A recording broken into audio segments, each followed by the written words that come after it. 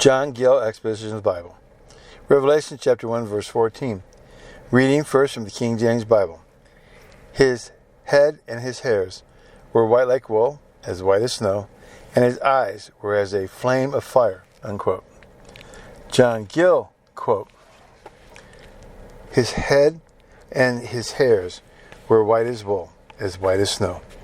In allusion to the white hair and hairs of old men, said to be hoary or like a hoarfrost, and compared to an almond tree in bloom, Exodus 12:15, and here to wool and straw of snow for whiteness. See Ezekiel 27 verse 18. And according to the Jews, white wool is the wool of the lamb just born, about which is a cloth is bound, and it may not be defiled. Now these metaphors are expressive of the antiquity of Christ, who is the everlasting Father, and whose going forth were of old, even from everlasting, and of his gravity and prudence, for which the ancient is wisdom. He is the wisdom of God, in whom all the treasure of wisdom and knowledge are hid, and also of his glory and majesty, being the brightness of his Father's glory, and likewise of his true and proper deity, since this description is the same with that of the Ancient of Days, in Daniel chapter 7, verse 19.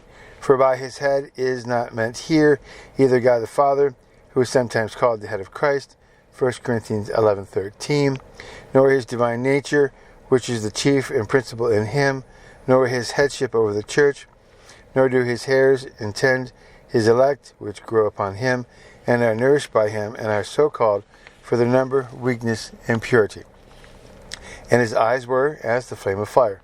See Daniel chapter 10, verse 6, which may design the omniscience of Christ, which reaches to all persons and things, is very searching and penetrating, and discovers and brings to light things the most dark and obscure, and also Christ's eyes of love upon his own people, which have both heat and light.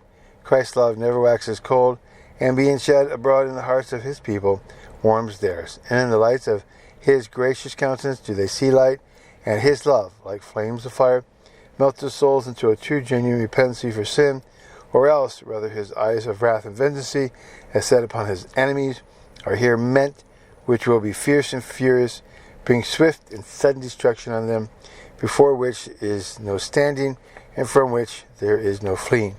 It is said of August Caesar that he had fierce eyes.